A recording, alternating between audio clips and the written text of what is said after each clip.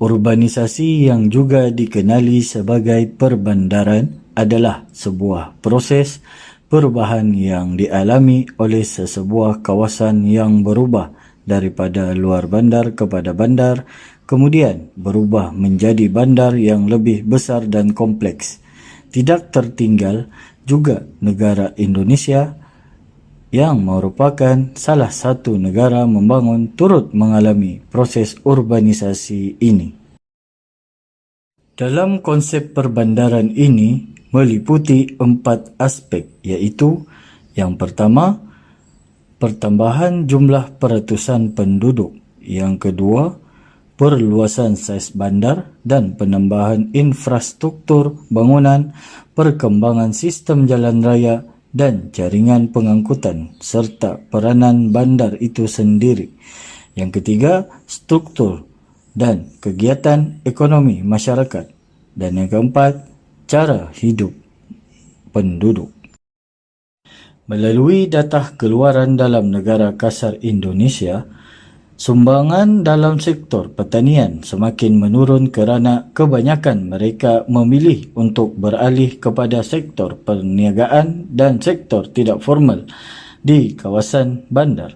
Contohnya, perpindahan penduduk dari bandar seperti Jakarta, Surabaya, Semarang ke Pulau Jawa telah menyebabkan isu kemiskinan berlaku di bandar Indonesia.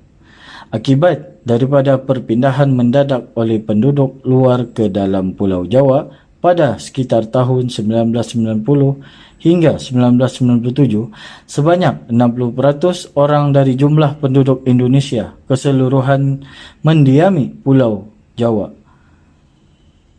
Kajian ini dirujuk melalui hasil sensus tahun 1990. Hal ini kerana mereka tertarik dengan rancangan transmigrasi yang dilaksanakan kerajaan pusat di mana penduduk yang tidak mempunyai tanah akan diberikan tanah seluas 2 hektar.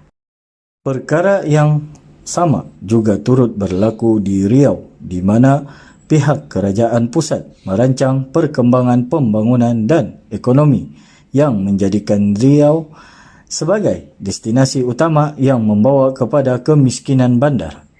Peningkatan kadar populasi terlalu cepat menyebabkan penduduk hidup dalam keadaan submarginal.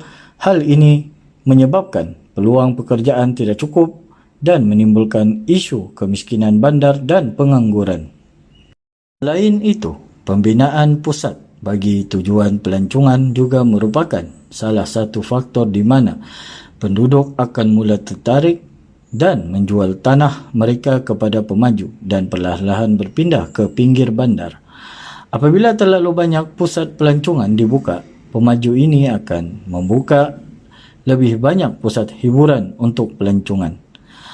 Namun hal ini akan mengakibatkan masyarakat akan terdedah kepada masalah sosial dan akan mengganggu keselamatan dan ketenteraman awam. Kesimpulannya, semua pihak yang berkaitan haruslah memberi tumpuan dan merancang sehabis baik dalam menangani penyelesaian terhadap isu perbandaran. Perbandaran yang baik dapat menjadikan sesebuah negara itu maju dari segi ekonomi dan sosial. Sekian, terima kasih.